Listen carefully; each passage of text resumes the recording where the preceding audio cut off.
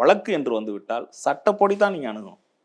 எவ்வளவு பெரிய குற்றவாளியாக இருந்தாலும் அந்த குற்றவாளி அப்படிங்கிற வார்த்தையை ஒரு வழக்கினுடைய தண்டனை கொடுக்கப்பட்டதுக்கு பிறகுதான் அவர் குற்றவாளி.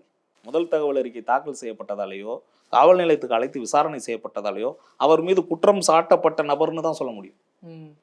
அவர் வழக்கில் உங்களுக்கு தண்டனை அடைந்ததுக்கு பிறகுதான் அவரை குற்றவாளி என்று சொல்ல முடியும்.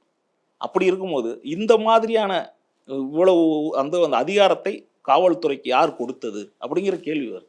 ஓகே சார், இப்போ இவங்க போராட்டம் பண்ணிட்டு இருக்காங்க, அங்கே கேஸ் நடந்துட்டு இருக்கு.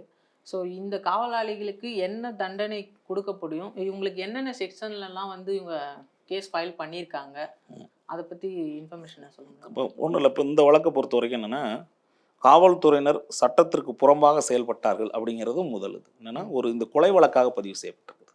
ஒரு கொலை வழக்கு பதிவு செய்யப்பட்டது பிறகு அந்த காவலர்களாக செஞ்சிருந்தாலும் சரி, தனிப்பட்ட நபர்களாக இருந்தாலும் என்ன நடைமுறைகள் உண்டோ, 302ன்னு சொல்கிறோம் இல்லையா, 302 கீழ், இப்போ அது விதிகள் இப்போ உங்களுக்கு சட்டத்தில் மாறி இருக்கு. கொலை வழக்காக பதிவு செய்கின்ற போது அந்த நபர்கள் யாரெல்லாம் இந்த சம்பவத்தில் ஈடுபட்டார்களோ அவர்கள் மீது முறைப்படி கொலை வழக்கிற்குரிய அந்த தண்டனை கிடைக்கும்.